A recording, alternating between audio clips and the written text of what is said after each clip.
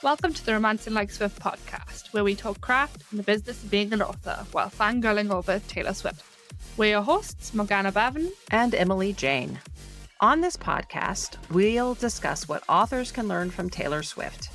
There are many amazing Taylor Swift podcasts in existence. We know this, but our focus is on mining Taylor Swift's lyrics and business practices for tips to help our fellow authors excel in their careers. I'm Morgana Bevan. I'm a celebrity romance author who majorly focuses on he falls first romances, and I am obsessed with the marketing and the business side of being an indie author. And I am Emily Jane. I write rom-coms, and I've been in the industry forever, and I'm obsessed with craft, which is nice because this means Morgana and I have things we can learn from one another, just because she's a little newer to the industry than I am. Yes, and devouring all the information that I could possibly get my hands on. And ditto for me for marketing, because I'm stupid about marketing. Wait, let me rephrase that. I'm learning about marketing. It doesn't come intuitively to me. Even the marketing landscape is changing, so we learn things and then we learn more things. Yes, which is good. Definitely, yeah. So today we're going to be talking about circular storytelling and how Taylor Swift uses songs like All Too Well and The Last Great American Dynasty to layer in elements of a story in a way that make the reader comfortable and feel like they're clever and putting puzzle pieces together, all of the things that she does so well. So you might be wondering what circular storytelling is. This is a term that exists out in the world, but I have my own definition of it, and different people may talk about it in different ways. Basically, it is seeding something in the beginning of the story that you then circle back to at the end. And the something can be a location, a theme, a physical item, anything like that, that represents something to the characters. And it can sort of reflect the character's changing emotional journey. The important thing is it appears in the beginning, it appears in the end. Oftentimes it will appear several other times in the story. If you think about the hero journey story structure on the most basic level, the hero leaves the village in search of something that the village needs to survive or to battle something that threatens the village. And then at the end of the story, they return to the village with the magic elixir, or they have vanquished the monsters. It is the returning to the village that closes the circle. This is like bare bones story 101 stuff, right? When you say that it can appear at different points through the story as well, is that kind of a waypoint of showing you they're not quite ready? If we take that final point of returning, they've taken some growth, and then you remind them of it through the story and they're not ready for it. Yes, it is often they're not ready for their eternal growth yet. Internal. Did I just say eternal growth? Yeah, you did. They're not gods. They're not ready for their internal growth. They might be, yes. Sometimes they are. But they're not ready for their internal growth yet. Yes. But also, I'm going to jump into my Lord of the Rings example, and then I'm going to follow up with your question. Yeah. So a great example that most people know is Lord of the Rings. Frodo starts in the Shire. He has to destroy the ring. He leaves the Shire, goes through all that crazy crap. And at the end, he returns to the Shire a different person. So the Shire is obviously the setting of the circular storytelling. We bring that all back. We see Frodo safely home. Evil has been vanquished. He is different. He has changed as a person. Sam, Merry, Pippin, they've all changed also to a lesser degree. But the point is, they leave the Shire, they vanquish evil, they return home to the Shire. But there are points in that story where Frodo and Sam and Merry and Pippin, for that matter too, have the option of giving up and letting evil win. And at each of those points, it is the safety of the Shire that gives them the impetus to move on, the desire to protect the Shire. If I'm remembering right, and it's been a while since I've seen Lord of the Rings, so I'm sure there are people out there who will tell me I am wrong. There is a moment where Merry and Pippin in particular are like, they've been abandoned, and they're like, fuck it, let's just go back to the Shire.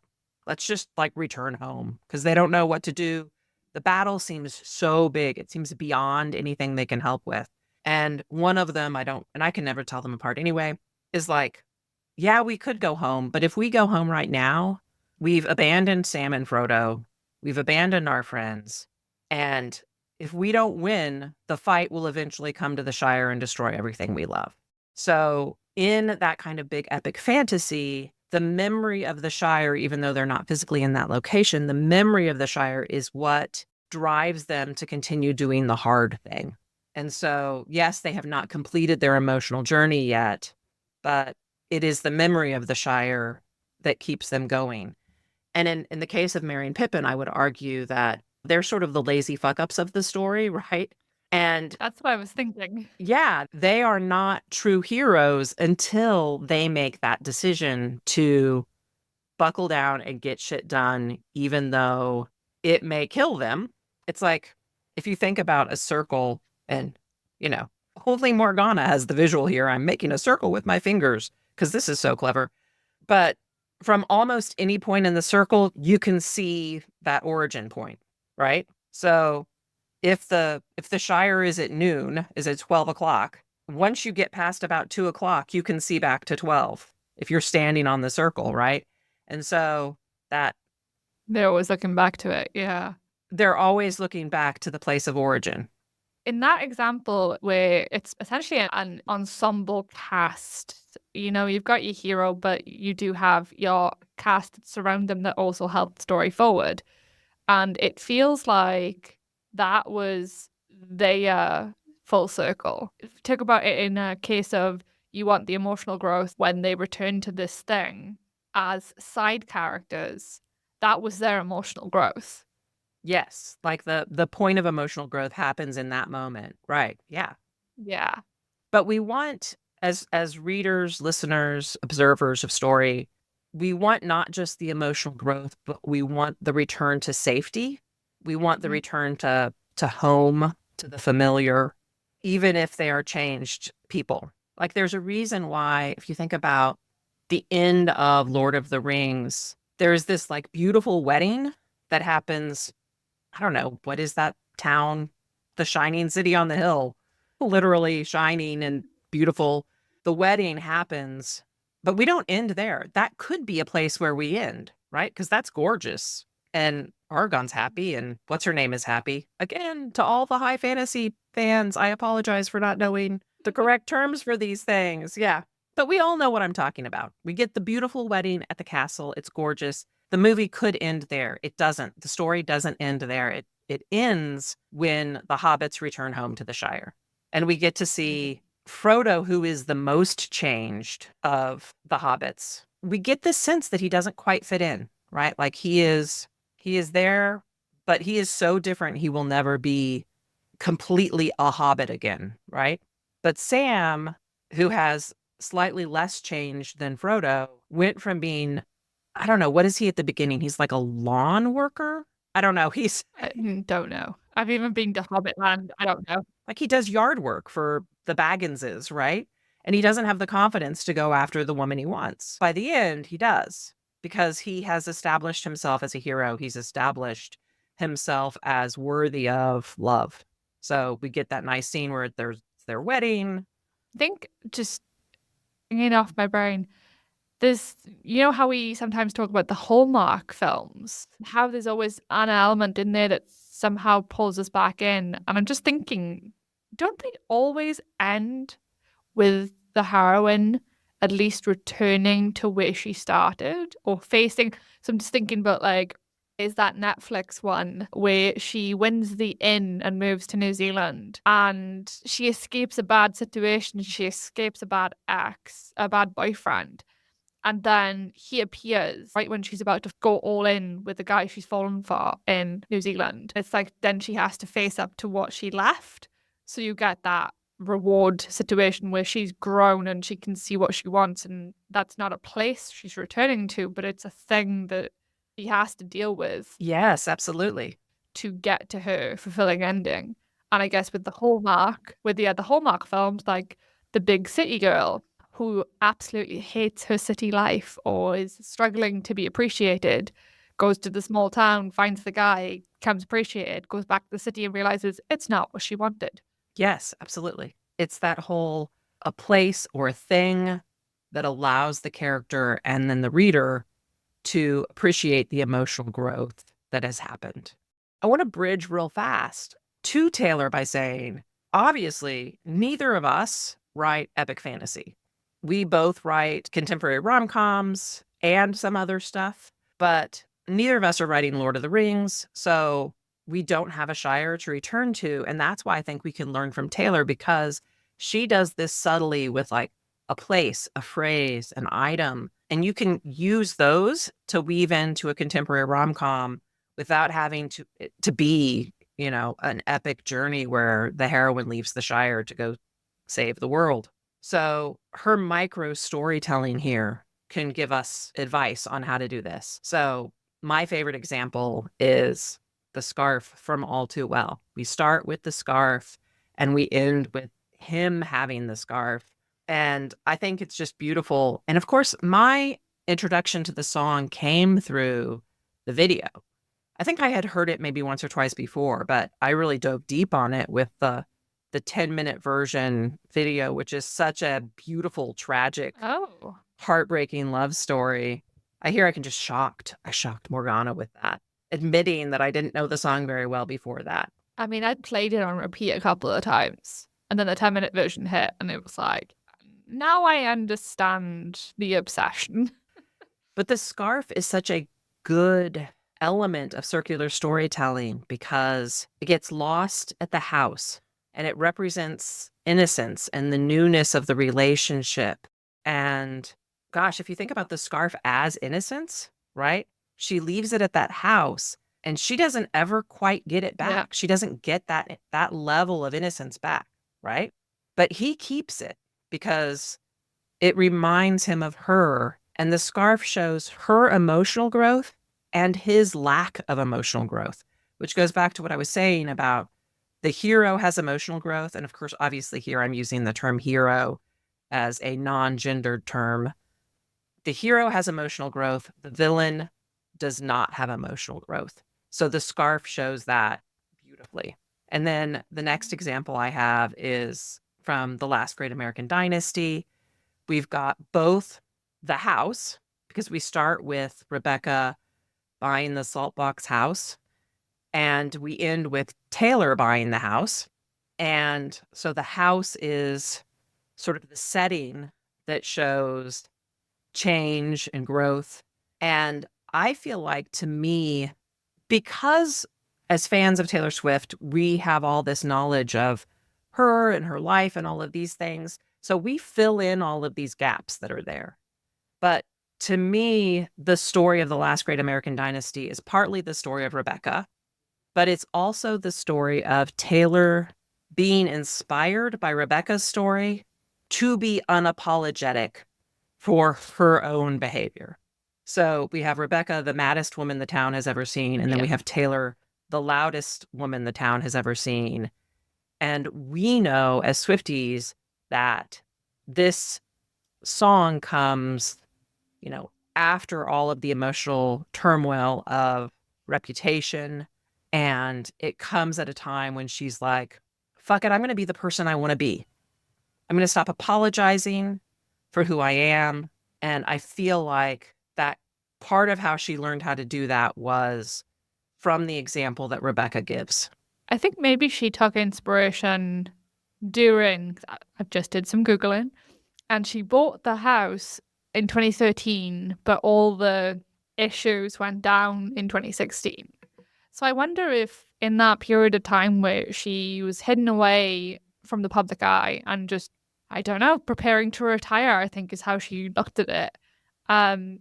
Whether she looked at Rebecca's history then as a morale boost when she was deciding to come back into the public eye. Can we have a moment of silence to mourn the future that didn't happen, where she retired and doesn't come back? Well, okay, if you believe in parallel universes, there's a universe out there where those poor humans don't have a Taylor Swift in there. Like she stopped after Reputation. Yeah. It does not. Doesn't bear thinking about. But yeah, with that song, Last Great American Dynasty, I remember, I think the first time I heard it was with the Disney Pond Studio recordings. And obviously I had the explanation. And she was talking about how in country, there's this circular thing in country where you the song starts about one thing and you think is completely unrelated. And then Yes. the narrator of the song is like, I was that child, or something about it relates back to them there and then, and you have this aha eyes widening moment. And I feel like that way about most of Taylor's songs. Like Yeah. there's a nugget that like either I will figure it out or she will blow my mind before I figured it out. And that's what keeps you re-listening to them, because you get this either this feeling of awe or a feeling of satisfaction that you were clever enough to spot it before it happened. Yeah, if you think about what we want as readers and listeners, we want to be in on the joke. We want to be knowledgeable. We want to feel clever. All of those things are things that she does really well. She gives us that over and over again. And it's partly the returning home to a place of safety, but it's also partly the like, hey, this is familiar. I know this. I recognize this. We crave that. And she is amazing at giving that to us, right? Just amazing. I've lumped a couple of things here together. And this is what Morgana is like pointing out. Is it circular storytelling, or is it just like a motif, or is it, a theme? I'm sort of lumping a bunch of those things together under the same term of circular storytelling. So I think that there are some people who would argue that circular storytelling is only returning to a location. And I'm like, hey, I'm calling all of these different techniques circular storytelling because I feel like they are all circular. Before we started recording, we were talking about Getaway Car. Yes. And in a logical sense, Getaway Car does not strike me as being circular. But you have the fact that at the start of the song, she's in a getaway car. And the focus is that she's running away from somebody and somebody is helping her run away. And then we get towards the end and the switch, the board flips on us. And we think that she's in a good situation with the person she's running away with. And actually, she stabs him in the back and runs away with the money. Yeah. So the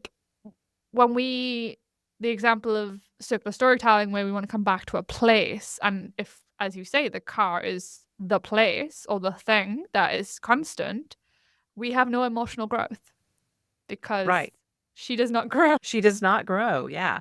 That's a song where, to go back to the earlier point of the villain doesn't learn their lesson, she doesn't learn her lesson. She doesn't learn to be a better person.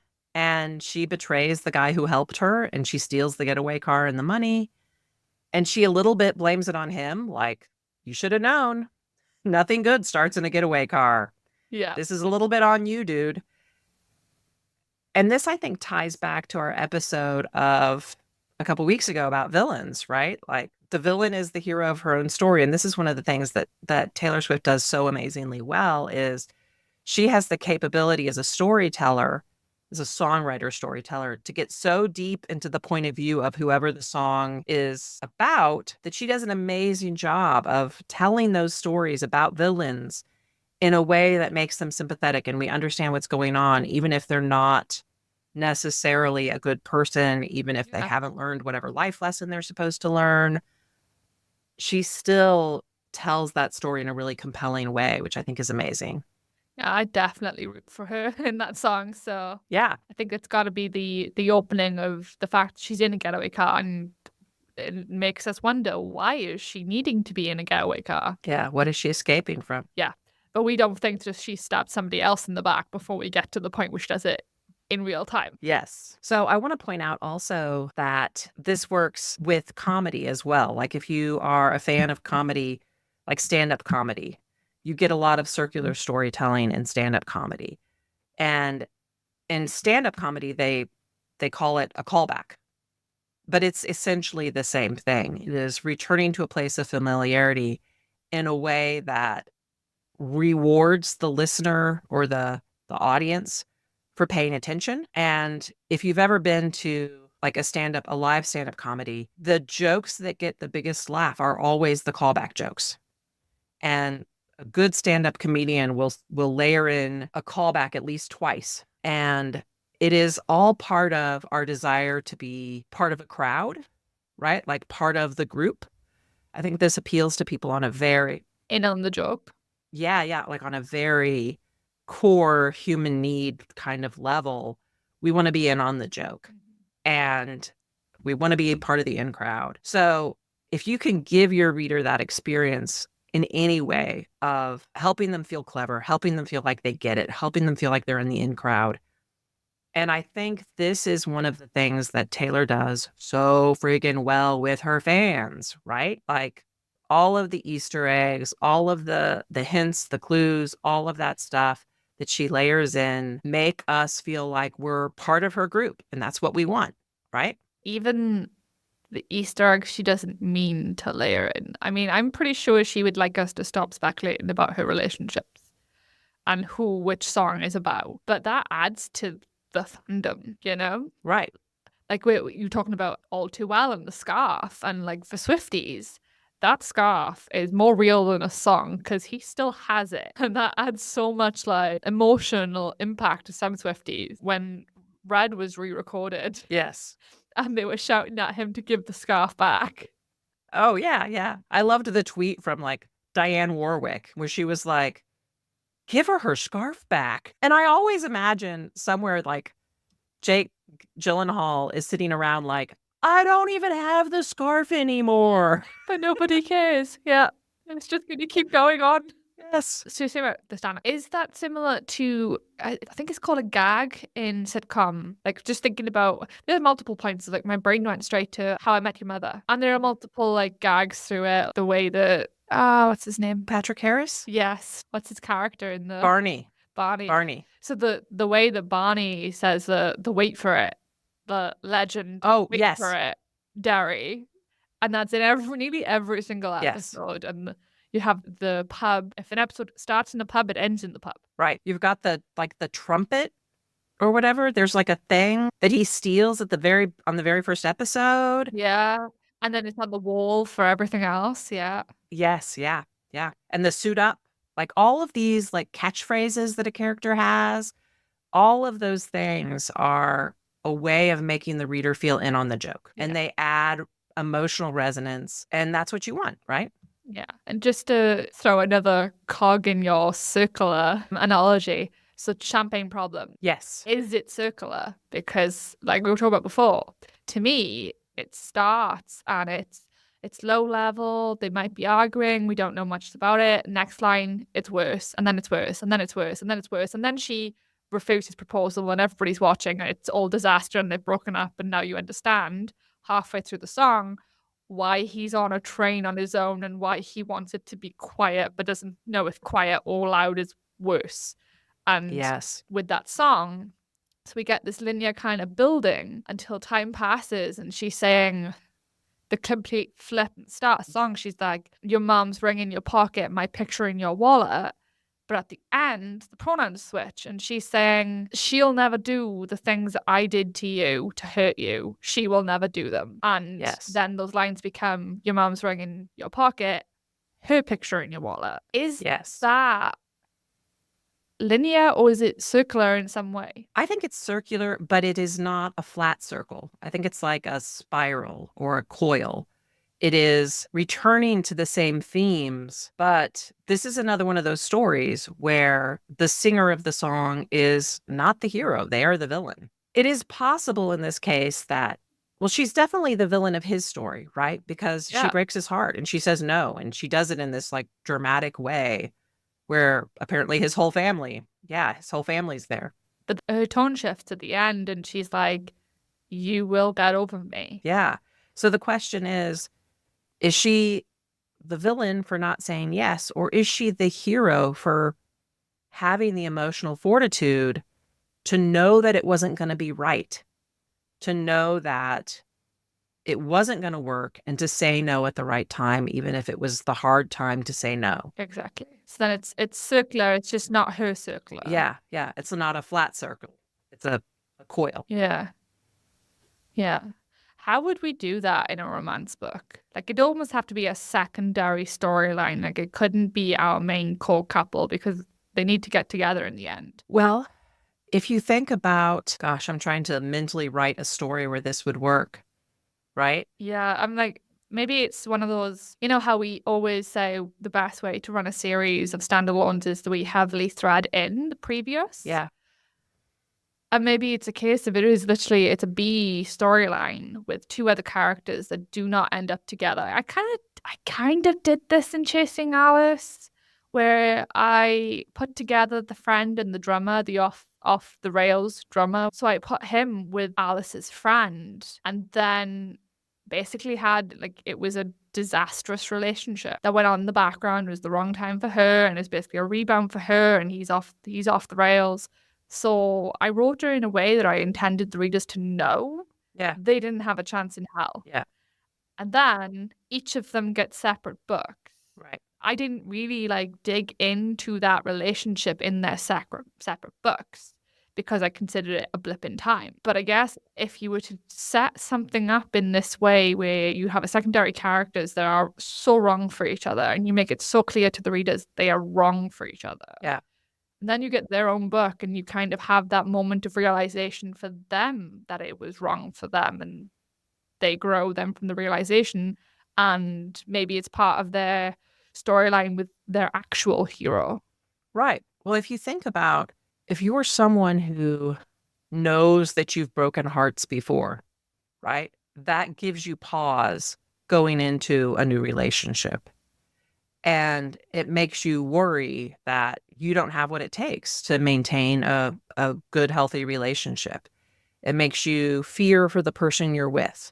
And it makes you fear as your feelings, your care for this new person is progressing.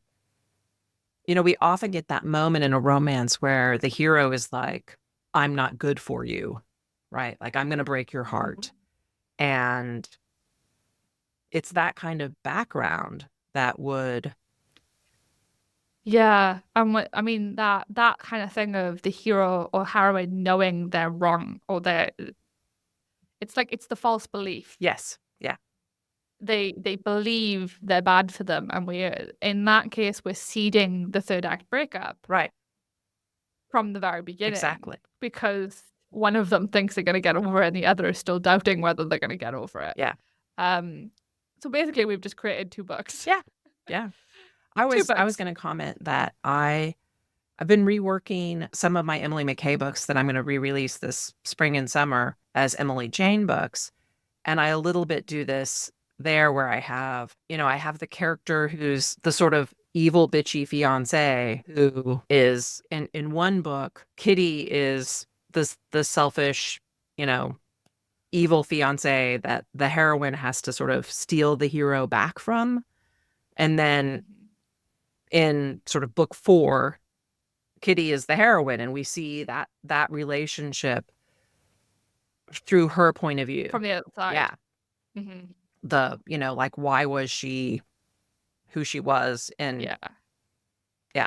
So I think that's totally off topic, but I love like the villain origin stories, and that kind of makes me think of that. It's like you always want to know what the other side of the story is. Yes. And that was one of those stories where there were all kinds of reasons why I didn't, when I was writing the first book, I didn't know why she was acting that way. And then as I'm working on her story, I'm like, oh, well, that's why she's so closed off. That's why she's so unapproachable. Yeah. That's exactly what I did with Jared, with the drummer. Like, took 3 books. 3 books to figure out what the hell was happening with him. He just kept spewing nonsense. Yes. So tips for writers. I'm going to jump into this. And I'm going to start with a tip that has nothing to do with circular storytelling, but has to do with what we were just talking about, which is sometimes you have to trust the story. So sometimes you don't know why things are happening in the story, but trust that your muse or your brain or whatever it is, wherever stories come from, is working on it in the background, and that when the time comes, you will know. Yeah. And if you're a plotter, we understand that you just shuddered at the thought of trusting the story and not just plotting it out. Yes. That's okay. This is a safe place for plotters and plansters and pansters and all of those things. Moving on to tips that actually have to do with circular storytelling. As a writer, I like to use this in revisions, layering something in that pulling out something that I realize by the end is important and then layering it in throughout. But for me, there's often a point when I'm not quite done with the book and trying to figure out like how to get to the end. Like that moment as a writer when you're in the third act and you're like, what do I do? How do I wrap this up? How do I fix it? And this is a point where I like to go back to the very beginning and I look at where I started. And that helps me figure out like, okay, what is it in the first third that I can pull forward that will ground the ending and make the ending meaningful and impactful and believable? I think my editor does this to me without me knowing, like, because I always get stuck at the third act breakup. I can tear it apart like nobody's business. Yeah. Devastating breakup, I've got it. How do you put them back together? That's harder. And my Yes. editor is always like, you've already done it. It's already in the front of the book. Yes. And then Yeah. she tells me what to do. And I'm like, yep, great. Okay. Got it. Yeah. So if you don't have an amazing editor like Morgana does, this is a thing that you can look for on your own. Like, how do I find something from the beginning that I can pull forward? And then once you find that thing, you can seed it into other scenes so that it becomes like a full thread that works. It's kind of an easy thing to do once you're aware of it. Once you know that you can do it, it makes the reader feel like they're smart and clever. Obviously, there are some readers who are never even going to notice it, and that's okay. But if they do, they'll be like, oh, I remember that thing, that place, that whatever, and here it is again. Yeah, exactly. I think it'd be interesting. Now I want to go and look at my planned projects and see if I can write a champagne problems type book. Yes, I would love that. Yeah, do it all fresh again. I mean, I'm launching a hockey series, so maybe. Yeah. I haven't written the first one yet. Like, I've written half of the second one, but I haven't touched the first one. So maybe, I don't know. We'll see. Well, anytime you've got like a hockey series, for example, you've got this built-in location that the characters are returning to over and over again, right? So like, what can you do with that? How can you make that place meaningful and familiar? Yeah. And any kind of place or thing that shows up in multiple books, different characters are going to have a different emotional feeling about it or reaction to it. Like there are some characters who are going to love that place because that feels like home. There are other characters who are going to resent it because it feels like obligation. Yeah. All of those things. Yeah. I think it's something that small town romance authors do very well. Oh, yeah. Because you get the fixed locations in the town. I mean, Megan Quinn released a map for hers. Yeah. And I imagine many other small town romance authors have done the same thing. And it's your required locations that small town romance expect. But because it's your town, like through book after book, it becomes synonymous with different moments in time. Yes. Except the reader is privy to every moment in time. And so I do have another tip. Make sure that when you are introducing a place that you want your readers to love, that you introduce it through the eyes of a character who loves it. Yeah. So if you're launching a small town romance series and you are going to have a character who resents the small town, the confinement of a small town chafes against them, it makes them feel like they don't have independence or they don't have freedom or whatever it is, because that's a great kind of character to have in a small town romance, right? Like they resent it at the beginning and by the end, they see the good things of it and they are settled in the town. That can't be your first introduction to the town. I know this is probably obvious as I'm saying it, but you want the reader to fall in love with the small town. So you have to introduce the small town through the eyes of a character who loves the small town. So playing devil's advocate, I'm sorry. Please do. Heart of Dixie. Have you seen Heart of Dixie? Okay, what is this? I feel like I should know this and I don't. So basically a doctor in New York inherits half of a medical practice in Alabama, small town Alabama, and she doesn't know it at the start of the series. In the first episode, the first part of the episode, she doesn't know it. She just had this small town doctor turning up at her graduation and sending her postcards and begging her to come to this town. What she learns later is he's her father.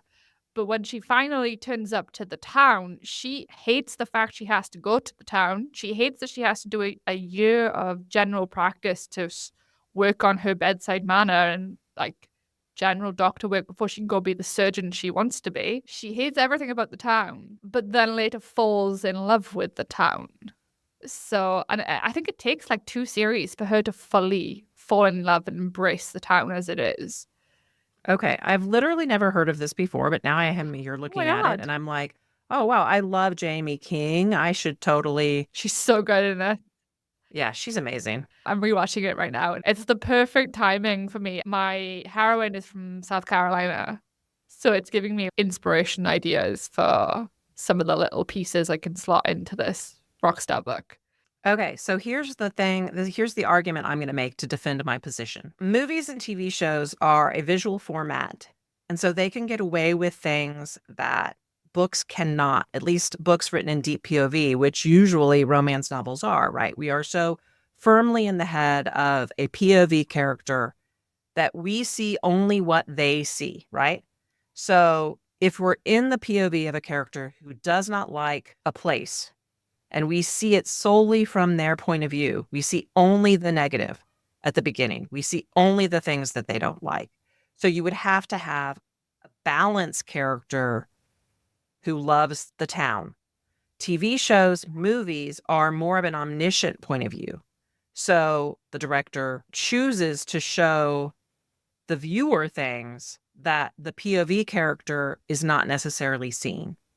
So Yeah. the viewer has the opportunity to see and love the things about the town that the main character does not yet recognize. And so part of what you're doing in a show like that is like the main character is going to be coming to the town from a place of resentment, but the viewer is like the whole time thinking, oh, but it's so sweet and charming. She's going to fall in love with it eventually. Like we're in on the joke. We know what's coming, Yeah. but the main character doesn't. I mean, like Schitt's Creek is like that, right? And I haven't even watched all of Schitt's Creek. So for all of the mega fans, forgive me. But we definitely get that feeling of the family does not yet see the wonderful things about the town, but we get to see the wonderful things. We see the developing relationship of the family with the town as it's happening. Yeah. Does that make sense? Yes, it does. Megan Quinn didn't use a character that hated the small town in the first book. I think it was the third. It was the third brother that just hated everything about it. And you obviously had his little quips. You had his quips through the whole series, but you didn't really get dug into his perspective until like the third book or even fourth book. I can't remember. But the reader had time to fall in love with the town. And then I guess it's a novelty then. Somebody saying something negative about a thing you love and you're like, oh, you silly child. Yes, absolutely. That is totally what I'm saying is don't have that be the first book. Don't have that be the first POV. It's something that we can totally get. We all have things about our upbringing that we hate and resent. So we get it. It's a universal core experience, but you want to make sure that in a small town book, part of what you're selling is the town, the setting. And you want to make sure that the reader, the viewer has a chance to fall in love with it as well. Yeah. Just one more callback to Taylor Swift and her villain songs. One of the reasons she can write villain songs where she's portraying the singer of the song, the POV character of the song as the villain, is because we have so much love for her, right? Like if you think about it, if you were totally new to Taylor Swift and you started with some of these villain songs, it would be a little harder to swallow because you wouldn't have natural affection for her already. Yeah, exactly. Is that it for circular storytelling? Have we wrapped it up? I think so. I think we were quite comprehensive and I've questioned every piece I could. Nice. So yeah. Yeah, I think we're done. So what are you listening to? I've picked Story of Us from Speak Now.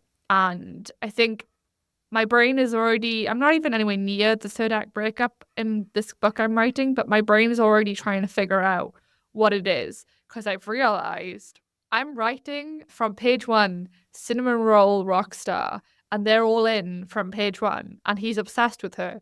And somehow I have to break them up so hard that she quits her first big break tour early. And I'm, I'm like slowly realizing the hole I've dug myself into with setting up this book in previous books. Yes. So I guess Story of Us is like my inspiration. It's that unsure point of a breakup when you can see it coming, but you don't know if it's going to happen. And then when it does happen, you don't know if it's going to stick. Nice. What about you? What are you listening to?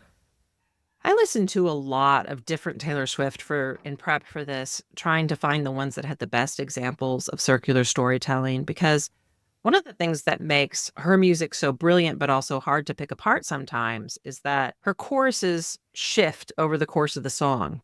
So that's a question of, is that true circular storytelling, or is that just like circling back to something familiar?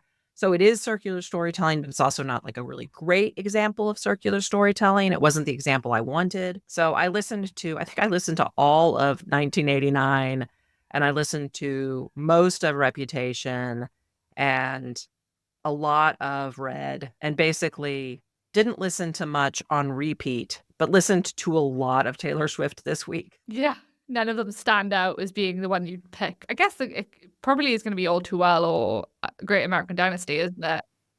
Yes. And see, I knew going into it that All Too Well had the scarf. So I knew that one had it. And I knew that Last Great American Dynasty had it. I didn't see it in Getaway Car. So like kudos to you for seeing it and picking it out there. Yeah. And that was me literally like half an hour before we started recording. But I think that is us for this week. Thank you so much for tuning in. As always, hit us up for what you're listening to and loving right now. And as a side note, if you have any great examples of circular storytelling in books or movies or callbacks from comedy skits, let us know. We'll see you later.